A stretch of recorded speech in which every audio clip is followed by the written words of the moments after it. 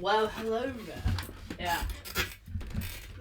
Hello, everybody. Welcome back to another video of yours truly, Robert Lewis. Yeah.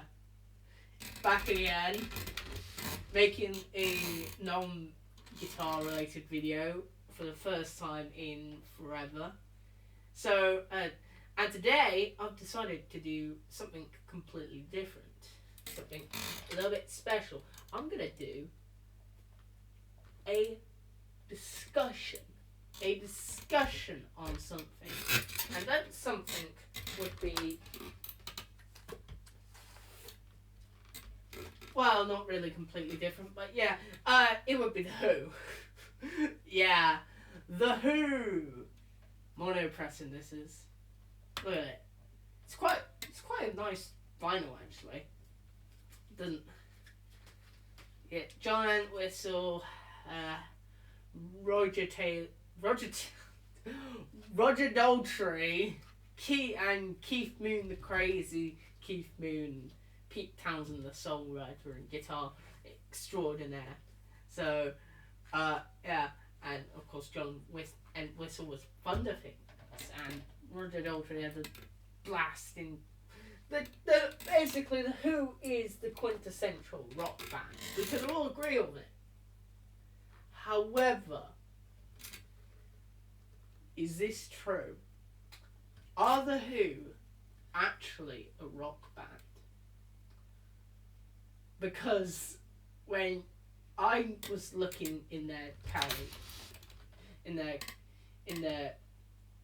back catalogue on Spotify or Amazon Music, any of those streaming services, they really blend and mush into the same old thing. But you understand that I saw this compilation, or it was a live album, probably a live album, called Maximum R&Bs. I was like, wait, rhythm and blues? The Who were a rhythm and blues band?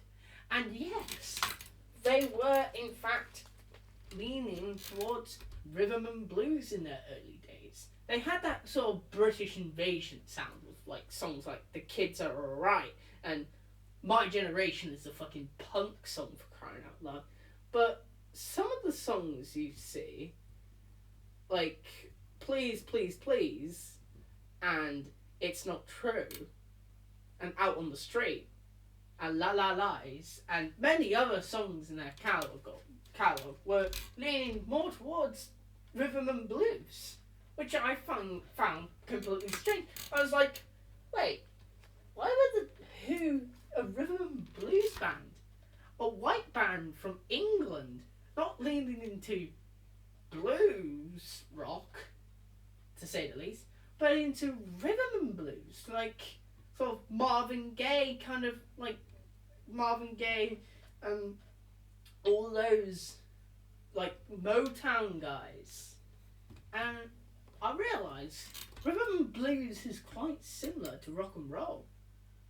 Yes, the guitar isn't necessarily the main instrument in rhythm and blues. In fact, in rhythm and blues they always had a string quartet and many other like big instruments, sort of inspired by that Phil Spector Wallace sound. A lot of rhythm and blues was pop back in the day, actually. Not as much. It's become almost its own thing, except for like a few songs. Boys to Men was the last kind of time that rhythm. There's also Bruno Mars. Bruno Mars is definitely a rhythm and blues guy. Same with The Weeknd. Though The Weeknd kind of leans more into, I don't know, I quite like The Weeknd. But anyway, that's getting off topic slightly. Still sticking to rhythm and blues. But I just found it interesting, and I just wanted to say that they kind of bring us rock. They're kind of the perfect band in a way, because they have the extraordinary energy to like make drum solos interesting and a bass lines that almost could be mistaken for guitar lines and almost more interesting than the actual guitar parts.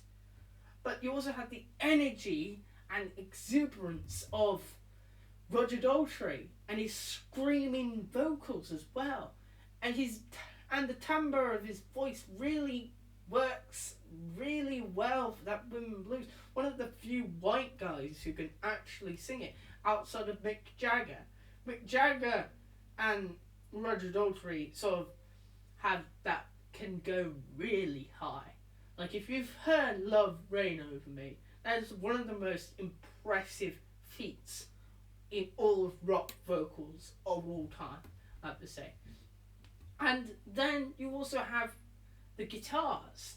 The guitars have always got a steady rhythm. They're always like clean. Like you never hear blip. It's always like perfectly done.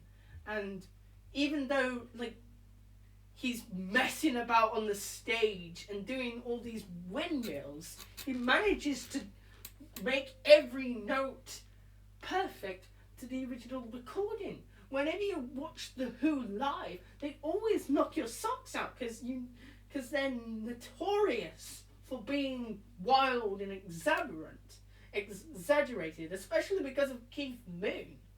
Keith Moon was a wild man. Joe Walsh once said that the most terrifying thing to happen to him is when Keith Moon considered him a friend. And he's one of the few rock guys where he was actually a wild personality. It wasn't just a front on the stage like Freddie Mercury or like or like